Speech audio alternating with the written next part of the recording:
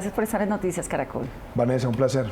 ¿Usted lo sorprendió haber quedado de candidato del Centro Democrático?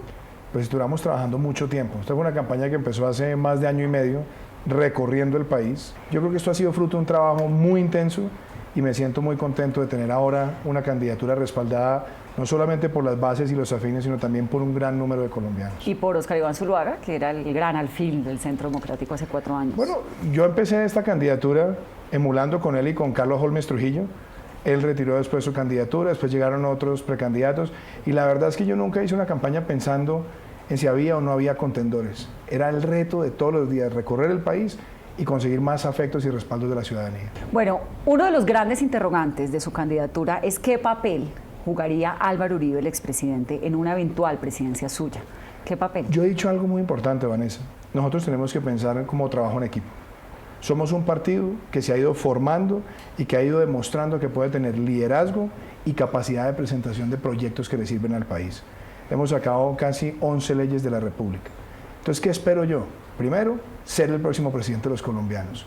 Y segundo, yo quiero ver a Álvaro Uribe liderar la bancada de gobierno en el Congreso.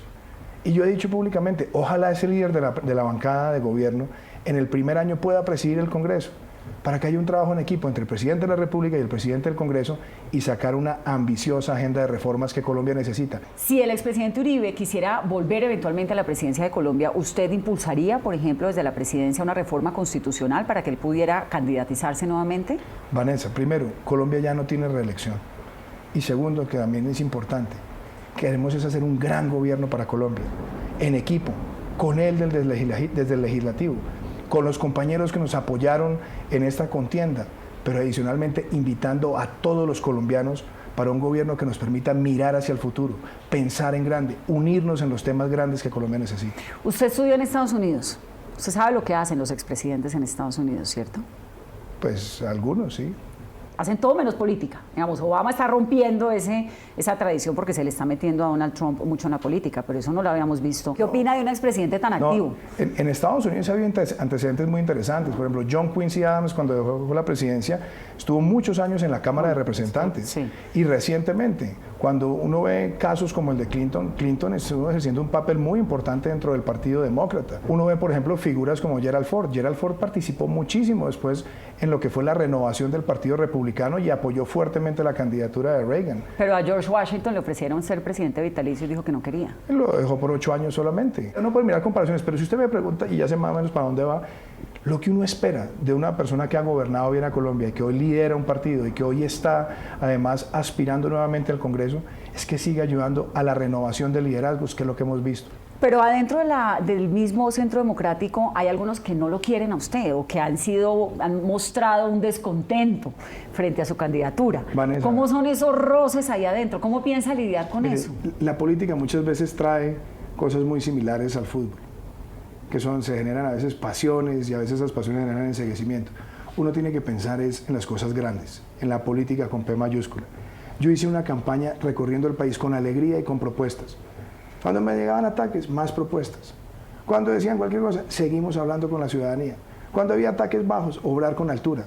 El país se merece hoy una discusión amplia sobre los problemas nacionales. Yo quiero hablar sobre cómo vamos a recuperar la economía, qué vamos a hacer para recuperar la legalidad cuando tenemos fronteras invisibles en tantas ciudades, qué vamos a hacer para enfrentar el microtráfico, qué vamos a hacer para que los cultivos ilícitos dejen seguir siendo el combustible de los grupos armados ilegales, qué vamos a hacer para que esas disidencias no se conviertan nuevamente en amenazas latentes para tantas regiones del país.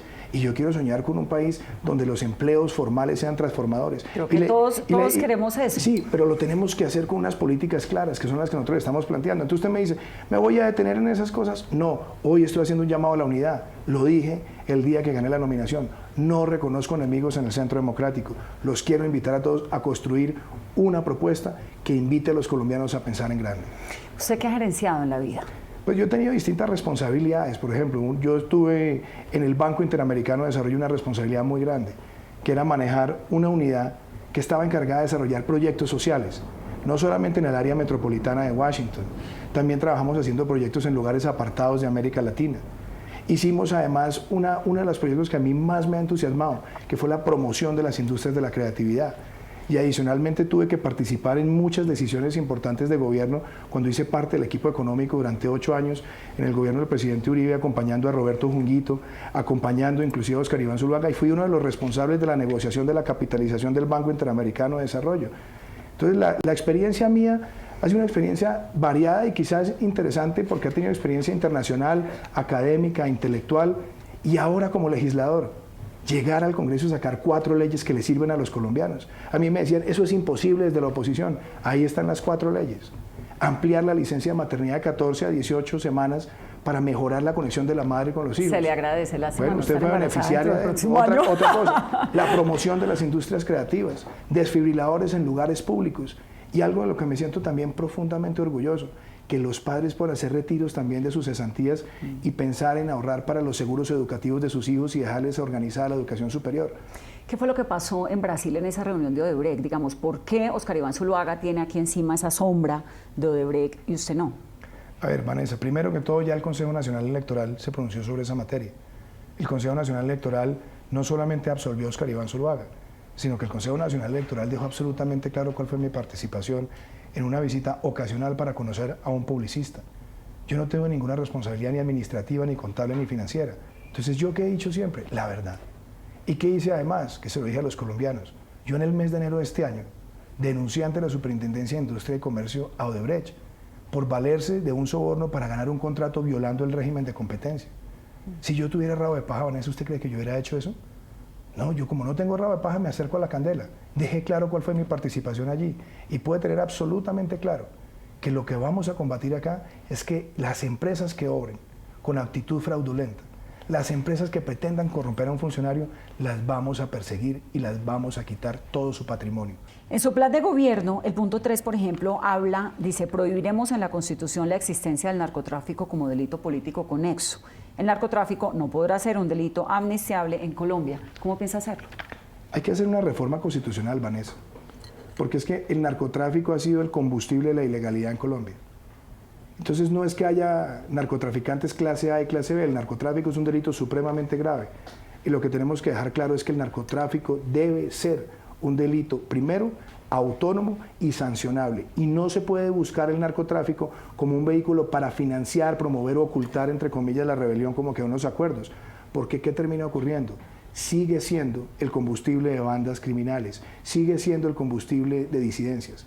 El narcotráfico tenemos que enfrentarlo y una de las primeras formas de hacerlo es dejar claro en la Constitución que no puede ser un delito conexo al delito político. Pues eso aplicaría eventualmente en un acuerdo con el ELN, pero a las FARC ya no. Tiene implicaciones para el futuro, estoy de acuerdo, pero es necesario tenerlo, porque es que el tema no es que las FARC ya no, es que hoy tenemos más de 1000 efectivos de las FARC que están en organizaciones que se llaman, entre comillas, disidentes, y están generando amenazas y se están lucrando el narcotráfico. Y entonces, como vieron que las FARC los beneficiaron con ese tipo de herramientas, pues se sienten que el día de mañana, cuando ganen mayor solvencia armada, entonces van a tener el mismo privilegio. Hay que decirle al país con claridad, el narcotráfico no puede ser un delito amnistiable. ¿Qué le gusta del proceso de paz? La desmovilización, el desarme y la reinserción, lo dije siempre públicamente, de la base guerrillera, porque ayuda a que personas que están en esas organizaciones puedan hacer un tránsito a la vida civil. Eso me parece que es importante. Yo celebré en su momento que también tuviéramos un buen monitoreo internacional, aunque yo creo que se presentaron fallas también, pero eso también era algo positivo. Pero lo negativo, que es lo que yo creo que nos preocupa a todos y por eso hay que hacer esas reformas, es que el narcotráfico no siga siendo amnistiable. 2, que la erradicación y la sustitución sean obligatorias y no voluntarias. 3, Vanessa, que las armas escondidas que no fueron entregadas para su destrucción y los dineros escondidos que no fueron entregados para reparar a las víctimas implique que hay un delito nuevo, se pierdan los beneficios y caiga todo el peso de la ley. Y la última, yo creo que una justicia especial no puede permitir que los máximos responsables lleguen a cargos de elección popular sin haber cumplido con sus penas. Pero es que ¿para qué? ¿Usted ha visto algún proceso de paz en el mundo en el que los máximos victimarios hagan ese proceso para irse a la cárcel?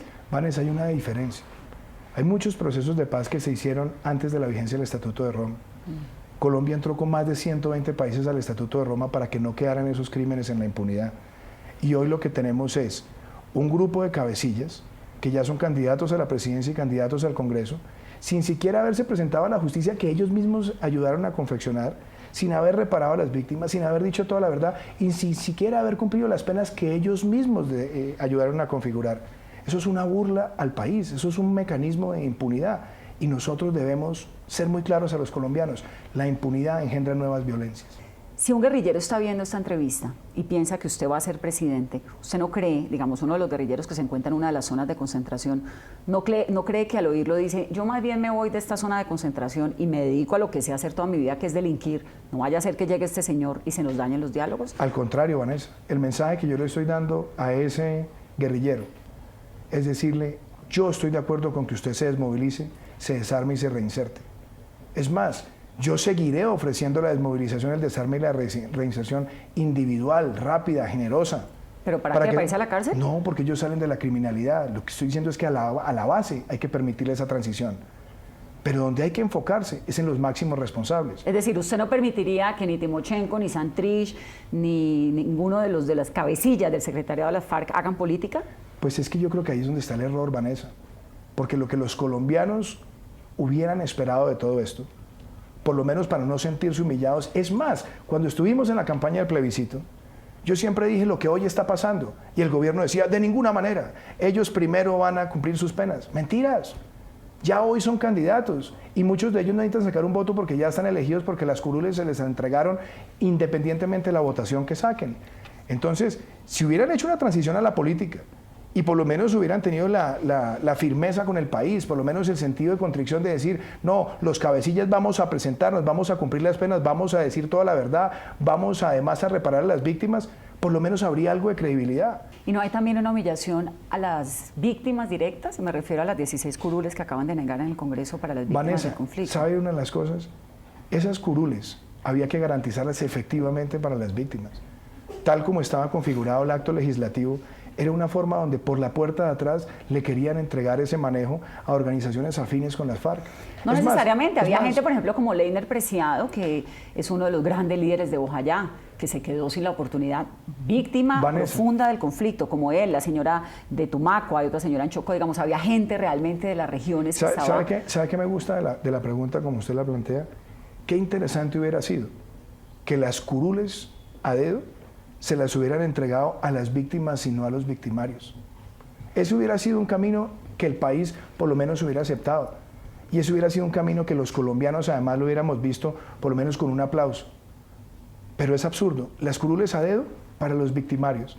Y después el propio gobierno presentó un proyecto confuso y que sabía que por la puerta de atrás se prestaba para que muchas de esas zonas fueran capturadas por esos intereses mezquinos y criminales. Hoy lo que tenemos que hacer es buscar un mecanismo para que las víctimas tengan una verdadera representación y además sean garantes de que quienes tanto los amedrentaron, de quienes tanto les generaron dolor, paguen por esos delitos. Doctor Duque, ¿usted estaría dispuesto a sentarse a negociar, por ejemplo, con el Clan Úsuga, por ejemplo, con las disidencias de las FARC que están en Tumaco, que tienen tan aterrorizado a Nariño, a continuar un proceso de paz con el ELN? El mensaje para el criminal tiene que ser claro, Vanessa. Un Estado no puede sentarse a negociar con los criminales de tú a tú. El mensaje para ese tipo de bandas tiene que ser, el Estado le ofrece a usted la desmovilización y el desarme rápido. Usted necesita además que sus cabecillas tengan claro que es o la persecución ofensiva del Estado o ir y cumplir unas penas. Eso es lo que toca decirle a esos criminales. Pero el Estado no puede estar en un menudeo hablando con ellos de tú a tú, porque entonces lo que termina ocurriendo es el premio al criminal. Ahora, le voy a decir una cosa, hay que permitir que esas bandas también voluntariamente se empiecen a desarticular, porque el Estado les está diciendo que o lo hacen voluntariamente o va a ir el Estado por ellos. Pero yo sí me la quiero jugar con una cosa, y yo creo que es algo que nuestra generación ha vivido siempre.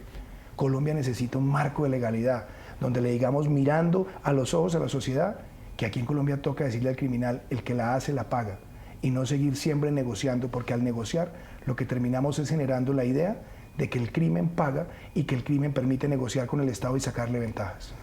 Muchas gracias por esta entrevista. Muchas gracias, Vanessa.